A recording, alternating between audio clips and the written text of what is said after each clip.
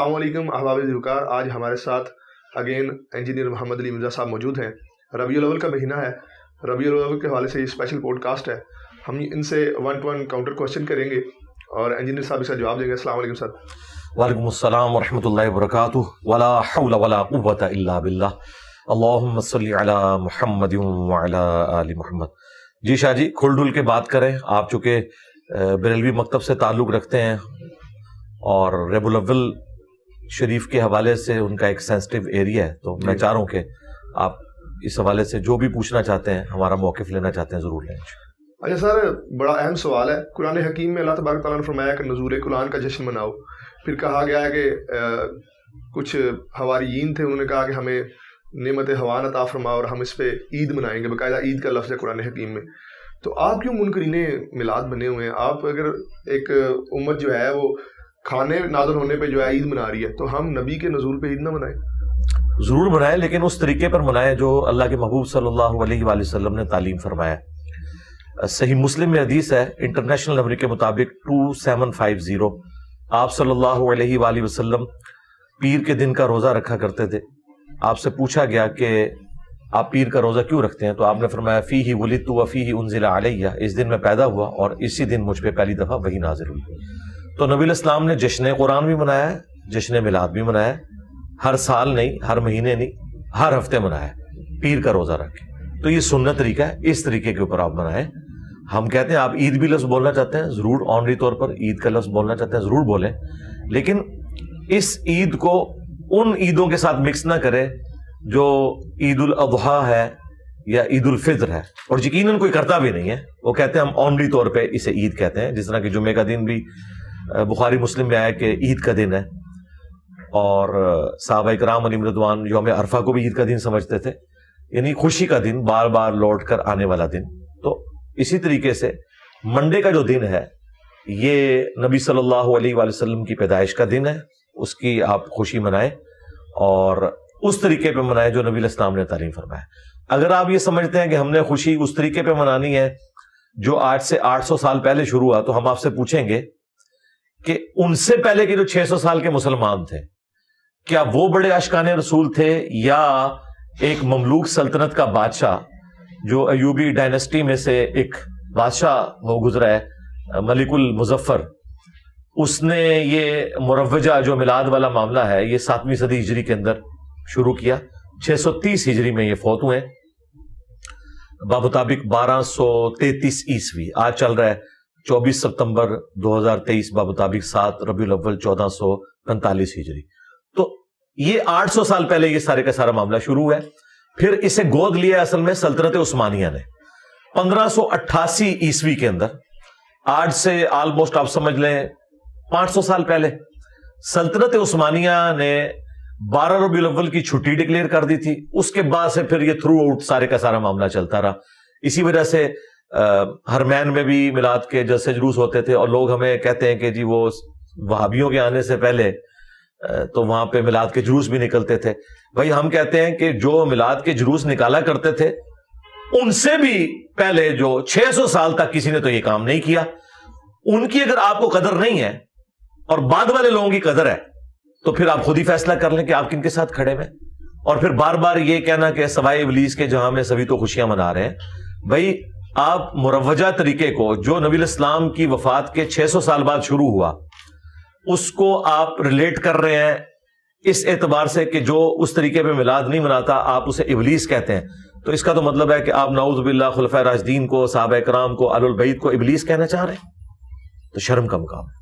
سر یہ تو بڑی زیادتی والی بات ہے کہ جو جماعت جس نے اس ملک میں صحابہ کرام کا، اہل بیت کا دفاع کیا ہے اور ہم نے جانیں تک گنوائی ہیں اس معاملے میں، اور ایک بڑی تحریک موجود ہے ہماری اہل سنت و جماعت کی، تو آپ تو یہ بڑی زیادتی والی بات کر رہے ہیں۔ ہم موجودہ جو اکابرین ہیں جو میلاد کا انکار کرتے ہیں، یہ ان کے بارے میں علامہ نعیمی رحمہ اللہ تعالیٰ نے فرمایا، تو آپ ڈائریکٹ صحابہ کرام کی طرف ہمیں گستاخ ڈکلیئر کرنے میں تلے ہوئے ہیں۔ جب آپ مروجہ طریقہ نہ اڈاپٹ کرنے پر باقیوں کو ابلیس کہہ رہے ہیں، اگر آپ اس سے مراد یہ لے رہے ہیں کہ کوئی پیر کے روزے کا قائل نہیں ہے، تو مجھے بتائیں اہل سنت میں سے کون ہے جو پیر کے روزے کا قائل نہیں ہے؟ کیا اہل حدیث کہتے ہیں کہ پیر کا روزہ نہیں ہے، یا دیوبند کہتے ہیں؟ یہ ابلیس پھر کسے کہہ رہے ہیں آپ؟ ابلیس اسی کو کہہ رہے ہیں جو آپ کے طریقے پہ میلاد نہیں منا رہا۔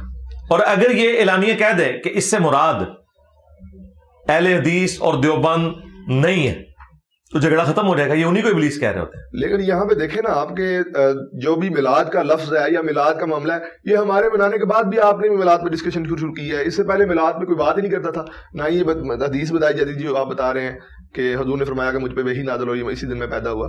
تو میلاد تو ہم نے شروع کیا تو اس کے بعد آپ کے معاملات اس پہ طرف آئے نا. نہیں, ہم تو شروع سے ایسا ہی کر رہے ہیں. اچھا. اور جہاں تک تعلق ہے اہل حدیث کا یا دیوبند کا تو وہ خود ذمہ دار ہے. دیوبند بھی میلاد کے قائل تھے, ان کے بڑے بزرگ المحند علی المفند میں انہوں نے باقاعدہ میلاد کے حوالے سے لکھا ہے کہ ہم قیام تعظیمی کو جائز نہیں سمجھتے میلاد کے موقع پر, باقی تو جو مروجہ طریقہ ہے اس میں سے کئی چیزیں وہ بھی کرتے ہیں, وہ قائل ہیں.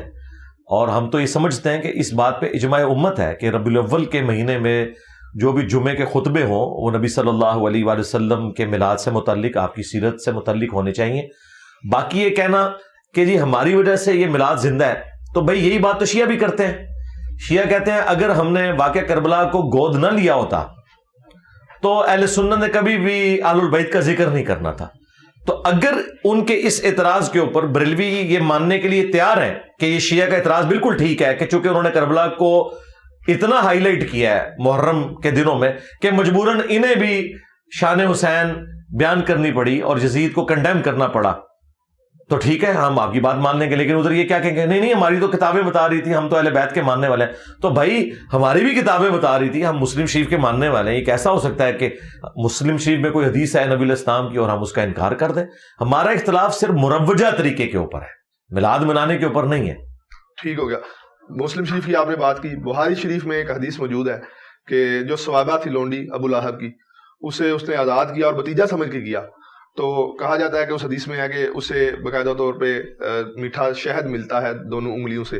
کسی نے ہاں میں کہا حضرت عبداللہ ابن عباس سے بھی یہ روایت ہے, اور کافی کتابوں میں اہل سنت کی اس میں حوالے موجود ہیں میرے پاس ابھی. تو آپ بتائیں کہ جب وہ بتیجا سمجھ کے اس نے لونڈی آزاد کی تو اسے اتنا دوزخ میں مل رہا ہے معاملہ, تو ہم اگر رسول سمجھ کے میلاد میں ہمیں کچھ نہیں ملے گا؟ آپ کا کیا خیال ہے؟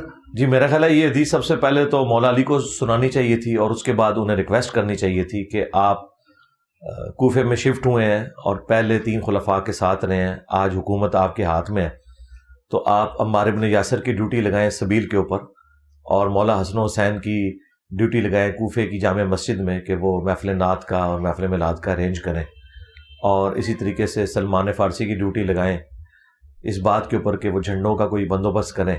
تو یہ مولا علی کو بھی یہ حدیث سنانی چاہیے تھی. یہ حدیث نہیں ہے میرے بھائی, یہ صحیح بخاری میں ایک خواب نقل ہوئی ہے, اور وہ خواب امام بخاری نے نقل کی ہے. اس خواب کی کوئی تعبیر نبی علیہ السلام نے بیان نہیں فرمائی ہے, وہ اس کے رشتہ داروں میں سے ایک بندے نے خواب دیکھا, اور اس کی پوری سند بھی بیان نہیں ہوئی ہے کہ کون سا بندہ ہے جس نے خواب دیکھی ہے. خواب جب تک پریکٹیکلی آخرت سے متعلق کوئی چیز بتا رہے ہوں گے تو وقت کے پیغمبر کو انڈورس کرنا ہوگا کہ واقعی ایسا ہوا یا نہیں ہوا, may be may not be. ٹھیک ہے, نبی علیہ السلام نے کیا اسے انڈورس کیا ہے کہ ہاں واقعی ابو لہب کے ساتھ یہ ہو رہا ہے؟ یہ کہتے ہیں بخاری شریف میں لکھا ہوا ہے. اچھا, جب ہم یہ باتیں کرتے ہیں نا تو انہیں پتہ چل جاتا ہے کہ انہوں نے غلط بیانی کیا. یہ کہتے ہیں کہ جی امام بخاری کو نہیں پتا تھا, انہوں نے کیوں لکھا؟ تو بھائی اب علمی ڈسکشن پہ ہیں. امام بخاری نے بالکل لکھا. امام بخاری کا لکھنا کیا اس چیز کو سرٹیفائڈ کر دے گا کہ نبی علیہ السلام نے اس کو انڈورس کر دیا؟ یہ کوئی حدیث تو نہیں تھی, یہ تو ایک واقعے کے طور پر نقل ہوا ہے. اور اگر اس واقعے سے یہی رزلٹ نکلتا ہے تو صحابہ کرام کیا ہر 12 ربیع الاول کے اوپر غلام آزاد کرتے تھے؟ جس طرح سویبہ کو آزاد کیا تھا ابو لہب نے اس چیز کے لیے کہ انہیں بعد میں اس کا اجر ملے, یا ان کے آباء و اجداد میں سے اگر کوئی کفر کی حالت میں چلے گئے تو ان کے سال ثواب کے لیے ہم اتنے غلام نبی علیہ السلام کی پیدائش میں جو ہے وہ آزاد کرتے ہیں. تو اس طرح کے کوئی پریکٹیکلی لے کے بھی آئے نا, یہ ایک واقعہ, اور واقعہ بھی بے سند, وہ بھی خواب سے ریلیٹڈ. خواب کی تعبیر بھی نبی علیہ السلام نے نہیں بیان فرمائی, چونکہ خواب ان سین بیریئر ہے نا, غیبی خبر ہے. جب تک پیغمبر نہیں بتاتا آپ کنفرم نہیں کر سکتے. ہاں دنیا میں یہ ہو سکتا ہے کہ وہ واقعہ ہو جائے تو آپ کہہ سکتے ہیں ہاں میں نے جو خواب دیکھا تھا وہ ہو گیا. اب یہ آخرت سے متعلق ہے, یہ آخرت سے متعلق خواب تو صرف نبی علیہ السلام ہی بتا سکتے ہیں کہ واقعی ایسے ہوا یا نہیں ہوا. تو وہ لے آئیں جناب, اگر ہے تو اللہ کا نام لے کے ہم بھی شروع کرتے ہیں. اچھا, میلاد منانے کا اگر حکم نہیں ہے تو منع بھی نہیں کیا گیا, منع کر دیتے حضور, تو اس طرح کا معاملہ نہ ہوتا. آج کل آپ ہر چیز کو بدعت کرنے شروع کر دیتے ہیں. دیکھیں, اگر اسی طریقے سے دین میں چیزوں کو آپ داخل کرنا شروع کر دیں گے تو اس کا پھر کوئی اینڈ نہیں ہوگا.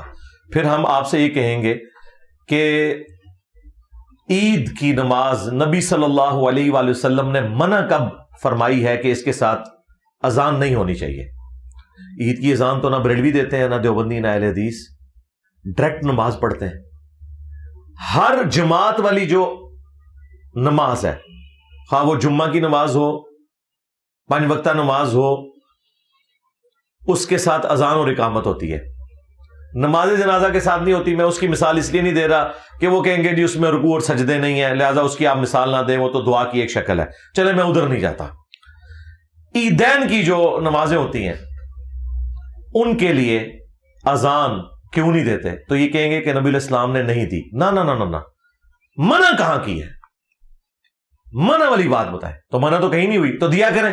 یہ کہیں گے کہ نبی صلی اللہ علیہ وآلہ وسلم نے نہیں دی، ہم بھی نہیں دیں گے.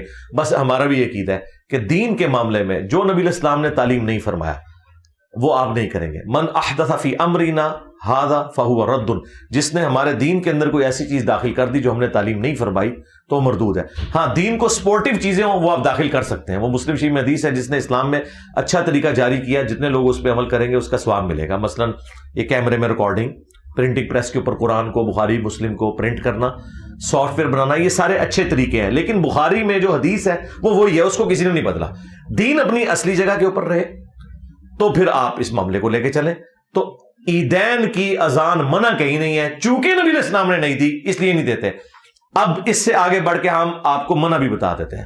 منع ہوا ہے مسلم شریف میں، امام باقر علیہ السلام نے جابر بن عبداللہ سے روایت کی ہے، اور امام جعفر علیہ السلام نے اپنے والد امام باقر سے 2005 نمبر حدیث ہے کہ نبی علیہ السلام جب بھی ممبر پر جلوہ افروز ہوتے، آپ کی آواز بلند ہو جاتی، آنکھیں سرخ ہو جاتی، غصے میں اضافہ ہو جاتا، جیسے کوئی جرنیل اپنی فوج کو تیار کر رہا ہے. اگریسو سٹائل میں آپ خطبہ دیتے اور فرماتے کہ میں اور قیامت اس طرح ساتھ بھیجے گئے جس طرح یہ 2 انگلیاں. اس کے بعد نبی علیہ السلام فرماتے اما بعد فإن خیر الحدیث کتاب اللہ وخیر الہدی ہدی محمد صلی اللہ علیہ وآلہ وسلم وشر الامور محدثاتها وکل محدثۃ بدعہ وکل بدعۃ ضلالہ وکل ضلالۃ فی النار. یہ حدیث مسلم میں بھی ہے اور سنن نسائی. آگاہ ہو جاؤ، سب سے بہترین کلام اللہ کی کتاب ہے، سب سے ہدایت یافتہ راستہ محمد صلی اللہ علیہ وآلہ وسلم کا ہے. بدترین کام وہ ہیں جو دین میں خود سے جاری کر دیے جائیں، اور یہ تمام کام بدعتیں ہیں، اور تمام بدعتیں گمراہیاں ہیں، اور تمام گمراہیاں جہنم میں لے جانے والی ہیں. جی اس حدیث کے اندر منع ہو گیا کہ جو محمد صلی اللہ علیہ وآلہ وسلم کا طریقہ ہے وہ سب سے بہترین ہے، جو دین میں خود سے کوئی داخل کر دے وہ بدترین امور ہے. یہ اکثر آپ کو مثال دے دیتے ہیں، یہ جی ایئر کنڈیشن لگانا مسجد میں، قالین بچھانا، یہ بھی تو دین میں داخل ہوا. بھائی یہ دین میں داخل نہیں ہے. دین میں داخل ہوتا تو ہم نیت میں یہ اپنے ذہن میں حاضر کرتے کہ اوپر اس قالین کے، نیچے اس پنکھے کے، سامنے اس اے سی شریف کے، منہ طرف کعبہ شریف کے. یہ تو کوئی بھی نہیں کرتا. بلکہ ہم کیا کرتے ہیں؟ ہم یہ کہتے ہیں کہ نماز ہم اللہ کے لیے پڑھ رہے ہیں اور اس میں ان چیزوں کا کوئی تعلق نہیں ہے. یہ دین کو سپورٹیو چیزیں ہیں، نہ کہ یہ دین کا حصہ ہے. آپ نے ہوائی جہاز پہ جانا ہے، حج کے لیے جائیں، اونٹ پہ جانا ہے جائیں، یہ دین کو سپورٹیو چیز ہے. حج کے وہی 7 چکر رہیں گے، وہ نہیں بدل سکتے. اسی طریقے سے جمرات پہ آپ نے کنکریاں مان دی ہیں، خواہ ٹرین میں جا کے ماریں، خواہ پیدل جا کے ماریں، لیکن وہ ایکٹیویٹیز نہیں بدلیں گی. تو لہذا دین میں صحیح مسلم میں میلاد منانے کا طریقہ بتا دیا گیا ہے روزہ رکھ کے. اب وہ روزے کی سحری آپ نے ہوٹل سے جا کے کرنی ہے، آپ کی مرضی ہے، چاول کھا کے کرنی ہے، آپ کی مرضی ہے، لیکن وہ رہے گا روزہ. آپ اس کو جھنڈیوں کے ساتھ ریلیٹ کرنا، لائٹنگ کرنا، اور پھر کہنا جی آپ اقبال ڈے بھی مناتے ہیں، اور جی قائد اعظم ڈے بھی مناتے ہیں، اور یوم پاکستان بھی مناتے ہیں. اور بھائی وہ کو دینی ایکٹیویٹیز ہیں. اقبال ڈے کو ہم دینی ایکٹیویٹی کے طور پر تو نہیں مناتے. نبی علیہ السلام ایک دینی پرسنالٹی ہے. آپ کے ساتھ کوئی چیز بھی آپ جوڑیں گے تو اس کو نبی صلی اللہ علیہ وآلہ وسلم، خلفائے راشدین کی اور اہل البیت کی مہر لگنا ضروری ہے، ادروائز وہ بدعت ہوگی دین میں.